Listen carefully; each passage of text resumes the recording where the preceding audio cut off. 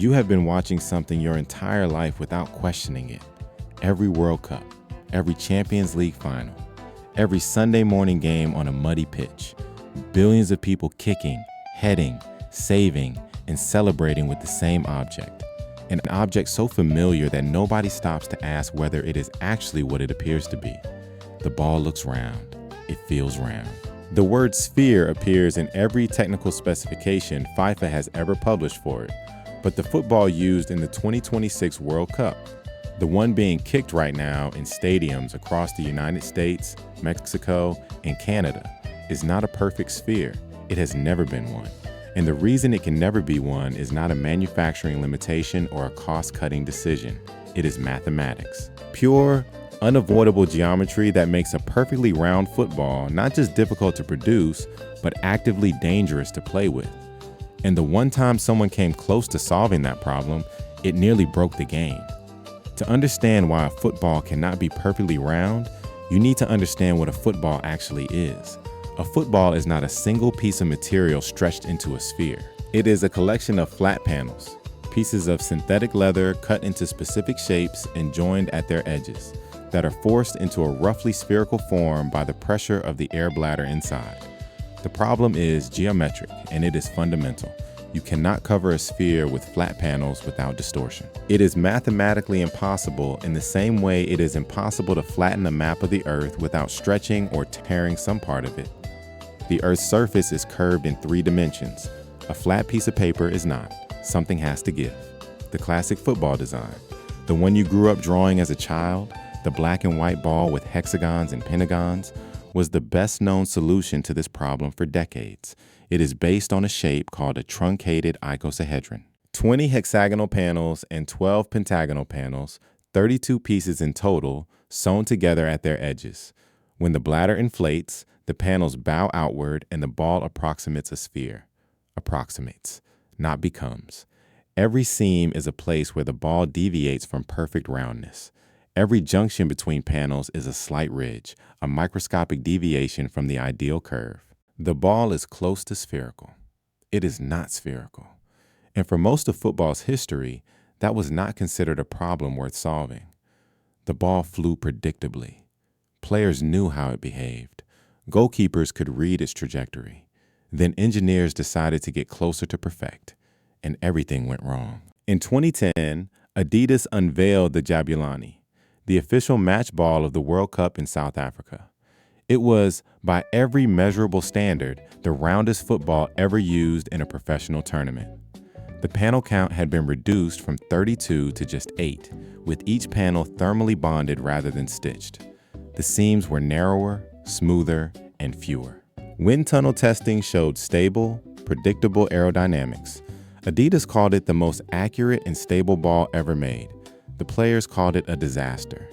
From the moment the tournament began, goalkeepers around the world started complaining that they could not read the ball's flight. Shots that should have followed a predictable arc were knuckling, veering suddenly in directions that made no aerodynamic sense, dropping, rising, shifting laterally at the last second in ways that a goalkeeper's experience was completely useless to predict. The world's best goalkeepers, people who had spent their entire careers reading ball trajectories, were being beaten by shots they would have saved comfortably with any previous ball.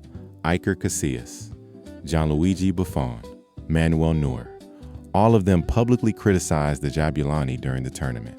NASA got involved. Researchers at the University of Tsukuba in Japan ran the Jabulani through wind tunnel tests at speeds corresponding to real match conditions.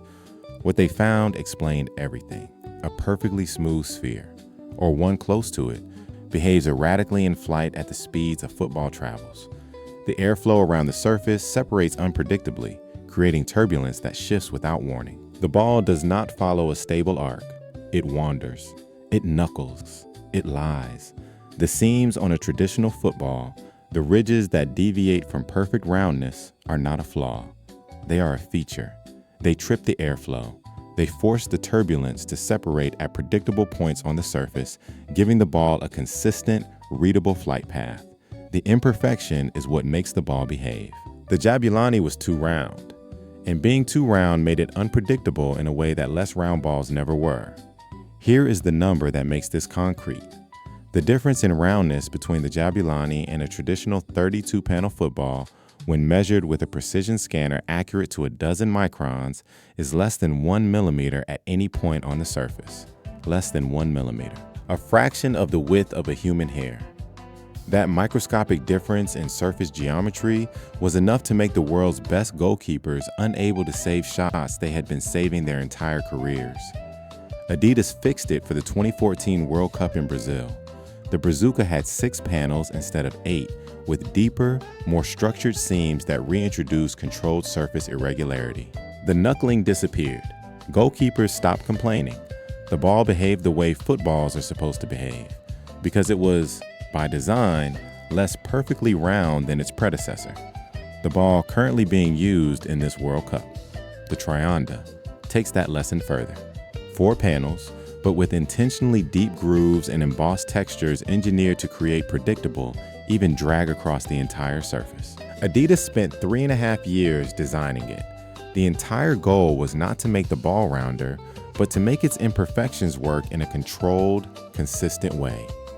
Every detail of the Trionda surface exists to manage the fact that the ball is not, and can never be, a perfect sphere.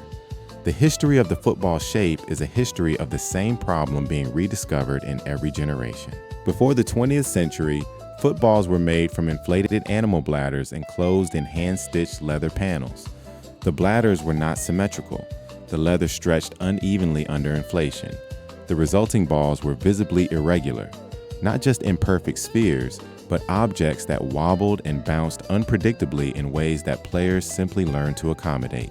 Photographs of footballs from the early 1900s show objects that are clearly lopsided, bulging more in some directions than others, bearing almost no resemblance to the object we recognize today.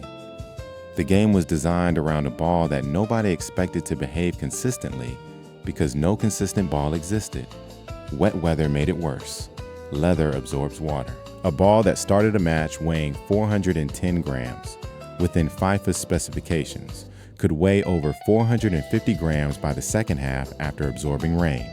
The heavier, waterlogged ball behaved completely differently from the dry one. Players from that era describe headers in wet conditions as genuinely dangerous, the soaked leather striking the forehead with enough force to cause repeated head trauma over a career. The shape of the ball was the least of the problems. The shift toward standardization began in earnest in the early 20th century as football industrialized and international competition required a ball that behaved the same way in Buenos Aires as it did in London. FIFA introduced formal specifications for ball diameter, weight, and pressure. Synthetic materials replaced leather. The bladder became more uniform. Manufacturing tolerances tightened. The balls got measurably closer to round with each decade. But closer to round was never the same as round. And as the 2010 World Cup demonstrated with extraordinary clarity, the pursuit of a perfectly spherical football was not progress. It was a mistake. There is another dimension to this that almost nobody discusses. The seams on a football do not just affect aerodynamics. They affect the feel of every touch. Every pass, every shot, every header is mediated by the surface texture of the ball at the exact point of contact. A ball with more seams, more ridges, more controlled surface irregularity provides more grip in wet conditions, more friction between foot and panel at the moment of contact. The embossed icons on the Trionda, the eagle and the maple leaf, and the star pressed into the surface of each panel are not decoration. They function as grip elements, increasing surface friction when the ball is wet.